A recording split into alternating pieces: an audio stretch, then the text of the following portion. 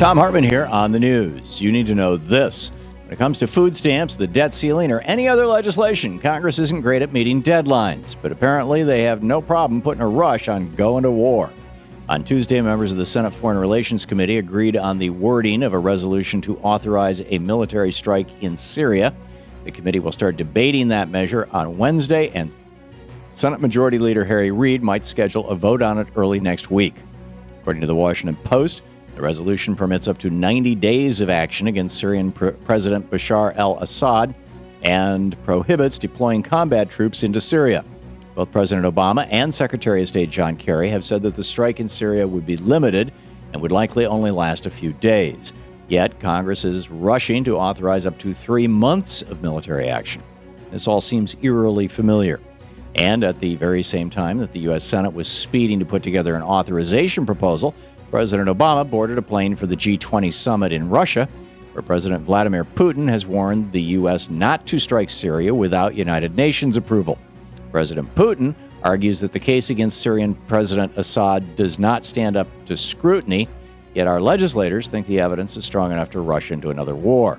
President Obama may be in for some very uncomfortable conversations in the coming days, as our lawmakers will start to debate military authorization while the G20 summit is underway.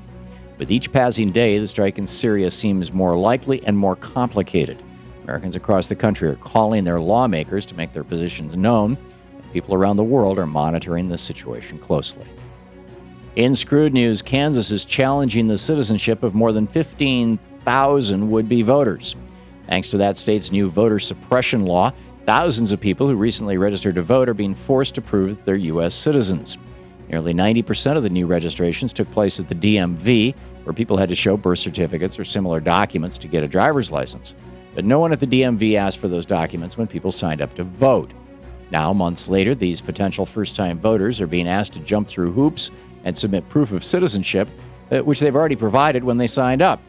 With no great surprise, a large portion of the voters being challenged live in counties that voted for President Obama in the last election, or where Mitt Romney barely eked out a win. Of course, Kansas Secretary of State Chris Kobach says that the law is all about preventing voter fraud. It appears, though, it's really about preventing Democrats from voting. In the best of the rest of the news, last week, New Jersey Governor Christie signed a wage discrimination bill into law, but don't tell the Republicans. The measure is essentially a carbon copy of the Paycheck Fairness Act, which has been blocked twice by Republicans in Congress. And it's a near replica of a measure vetoed by Governor Christie last year when it was known as the Wage Transparency Act. This time around, the bill was simply identified with the words, quote, concerns disclosure of certain information. And Governor Christie signed it into law without ceremony. The new bill protects workers who try to uncover wage discrimination and makes it illegal for employers to retaliate against workers who share salary information. The potential 2016 candidate may have been trying to hide the bill from his fellow Republicans, who typically oppose wage fairness legislation. Many progressive groups are applauding the governor's actions, but unfortunately for Chris Christie, in the GOP, no good deed goes unpunished. After 40 votes to repeal Obamacare and countless hours of fear-mongering, it turns out that the Republicans are really the ones to blame for premium increases.